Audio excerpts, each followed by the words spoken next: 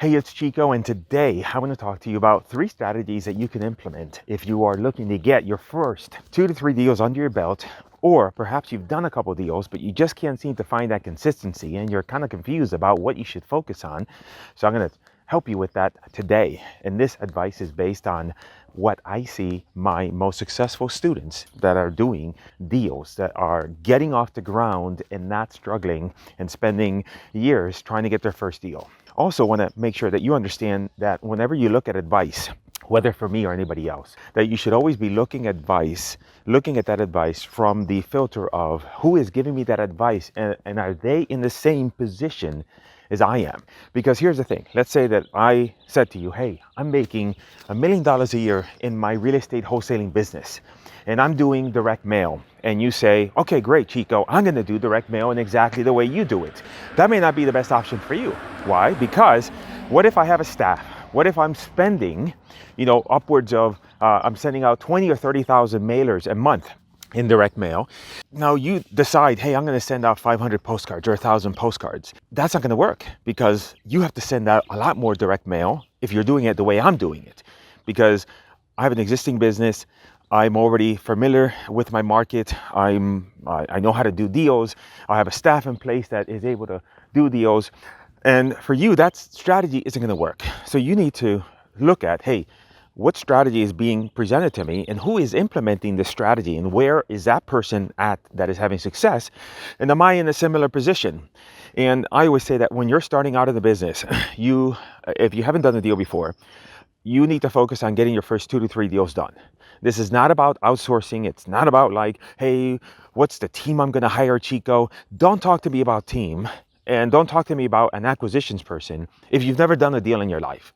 You got to do your first couple deals under your belt minimum. Then once you do get your first 2 to 3 deals, now the next step is, how do you get to 2 to 3 deals consistently?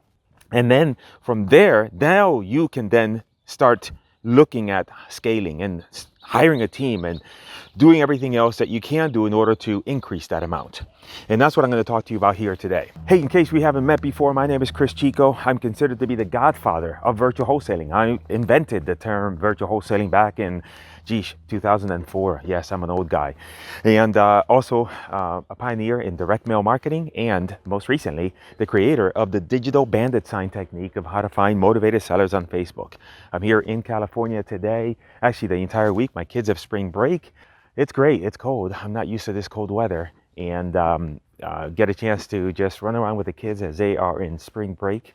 And one of the things that I like to do when I'm on vacation is go to interesting places and locations where I can eat some food that I haven't eaten before, because I love going out to all those different restaurants. So that's what we spent a good of our portion doing, is running around all over town, finding interesting places to eat and just having fun with the kids. I'm a fan of taking all my money and spending it on the family in order for us to have a good time and create great memories. Let's get into the business at hand. And also, by the way, I'm going up a steep hill. So maybe, I'm not sure if it's a good idea for me to do this video while I am out of breath. So let me stop right here and let's talk about what we're going to talk about. Ooh, I need to start working out more often. All right, so 3 strategies. What do I recommend you do if you're going to get your first 2 to 3 deals? So strategy number 1, let's talk about, I'm going to tell you the strategies. I'm going to save the best for last. So let's talk about strategy number 1. Let's talk about direct mail. Is direct mail viable? Should you be doing direct mail? The answer is, it depends. If you tell me that, hey, you want to send out a ton of postcards to absentee owners and owner-occupied properties in an effort to find a deal, you've got a big, long road ahead of you coming, because you have got to send out enough volume. My recommendation, if you're going to do that, you're going to be sending out 2,000 mailers a week minimum in order to get any meaningful traction. You have to have the right systems in place, the phone system, the CRM, potentially have a VA to handle all the volume of calls that are going to be coming in that you have to sort through in order to find the few people that are interested. And you may not realize that, the people that say that they're making $100,000, $200,000 a month in wholesaling, that may not be the person that you want to follow initially if you're trying to get your first deal, because they might be sending out 30, 40,000 pieces. They might be spending $20,000 a month in direct mail. And again, if you're looking to implement that strategy and if you got a small budget, that's not going to work. So Is direct mail out of the picture entirely? No. My recommendation is to focus on small list.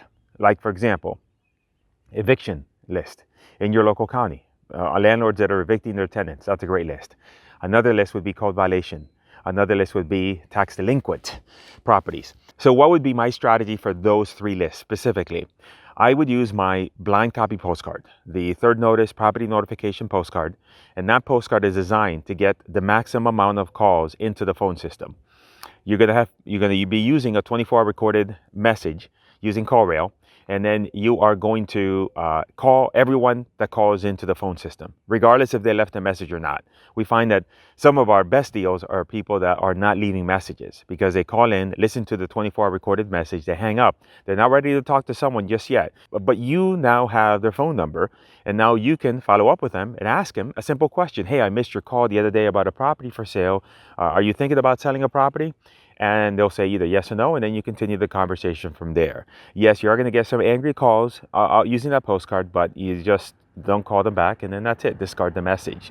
So that's my recommendation for direct mail, is focus on really, really tight lists that you know have motivation, and use my third notice, blind copy, property notification postcards in order to get the maximum amount of calls into the phone system and get back to those people. So that's segment number 1. Segment number 2, let's talk about cold calling.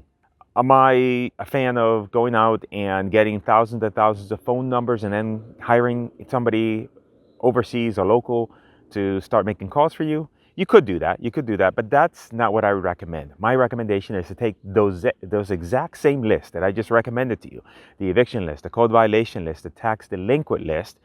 Take those, and you are going to skip trace them, which means that you're going to go out and submit them to a service that you're going to pay for per record to get you phone numbers for those individuals. My recommendation for service would be Skip Genie. I don't get paid anything for recommending them. They're just a great service. And you're going to take, for example, let's say the code violation list. You're going to take that list. You have mailed them already. So there's a percentage of people that are already going to respond. And if somebody always asks, hey, what about, am I overlapping with people? Am I contacting people twice? Because if I skip trace them and call them over the phone, then is that going to be overlapping? Don't worry about that. You're worrying about stuff you shouldn't worry about. So you're going to take that list, skip trace it with Skip Genie. Skip Genie is going to come back with all the phone numbers, and then what you're going to do is you're going to call those people back. You can use a dialer like, say, Mojo if you wanted to. You can just dial it by hand. It doesn't matter. Just figure out whatever fits your budget, because if you use a dialer, you're going to spend a couple $100 a month. If you just do it by hand with your phone, it's going to take you longer, but it may be what you need for your budget. And so now you're taking a list that's highly motivated, that has a potential for a property to be sold to you at a discount. And then what you're going to do is just now you're attacking them 2 different ways. You're attacking them through the mail, you're attacking them through phone calls, and now you've got the better possibility of getting a hold of those people versus somebody who's just doing one of those things. All right, so that's 2 strategies that you can implement that will work together with each other to complement what you're doing. All right, before I tell you my 3rd strategy, I'm going to try to go up this hill here so that way before I lose my breath again. All right, so what is the 3rd strategy? My 3rd strategy, which is my favorite strategy right now, is how to find motivated sellers using Facebook advertising. Now, why is it that I'm so gung-ho on this particular strategy? Like any strategy, strategies work really good when not that many people are implementing them. Oh, look, I saw there's a couch here. I wonder if it would be odd for me to sit on the couch here and talk to you on the sofa in the middle of the neighborhood. That would be kind of weird, wouldn't it? So, when I started with direct mail, I was a pioneer with that. Nobody was doing it. If we send out 1,000 postcards and we didn't pick up 2 or 3 deals, we think, oh, something is wrong. And now it's saturated. I'm an owner on a few properties in Miami. One of them is, we're listed as an owner occupied, but it isn't, we don't live there. And we get a lot of direct mail, a lot of the same postcards over and over again. Different people, but they're the same postcard. How are you going to stand out if everybody is sending you the same thing? Well, you got to go where people are not. And that is online. I read an interesting statistic the other day that Facebook has a good percentage of the market captured when it comes to people between the ages of 50 and 80 years old. Think about that. Our prospects are people that are older. And so then Facebook is the best place to reach them. And PPC is very expensive. Pay-per-click advertising is very expensive. So you don't want to do that, especially as a beginner. So you can start an ad on Facebook in your target zip codes, a variety of different ways. You don't have to do zip code targeting. You can do a variety of different ways. We teach like 5 different ways, but you can take that strategy and implement it. And within a couple of days, start generating motivated sellers in your target area. Now, the couple of ways that I recommend you attack Facebook is, number one, that's one thing about Florida. We have no mountains. It's just flat land. I love California. We'll be back here again in the summer for 3 months, for three weeks after we come back from Europe. What I want you to do is I want you to take that list of property owners that you got. Let's say the code violation list, the tax delinquent list, and the eviction list. You skip trace that list so you have phone numbers, which is great for Facebook. And you're going to take those lists and you're going to upload them on Facebook. And now you're going to show them a tiny little ad that says, hey, my name is Chris, looking for a few houses to buy. And now all of a sudden, what have you done? You've taken that motivated seller and now you have surrounded them with you and your marketing, because you send them a postcard, you cold call them, and then also at the same time, you have now shown them an ad online. And now, what's the chance of you getting a hold of them? What's the chance of you doing a deal with them? When everybody else is doing maybe one way, not 3 ways.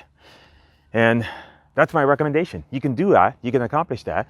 Actually, if you're interested, you can go to, I'll put a link in the first comment. If you're interested, I have an academy that teaches you these 3 different strategies. So, or you can watch some of my other videos and get an idea. But if you want more personal help, then you can get that from me if you wanted that. And now you've got yourself a real good chance of standing out in the marketplace and having a chance of putting these deals together. And that's my recommendation. And I recommend you making the calls yourself, because you need to practice. You got to get good at talking to sellers.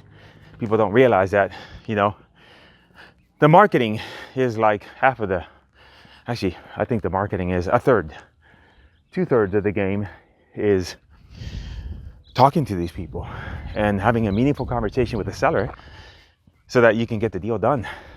Because I don't care how great you are at generating leads. If you suck on the phone, you're not going to do any deals. And that's my recommendation.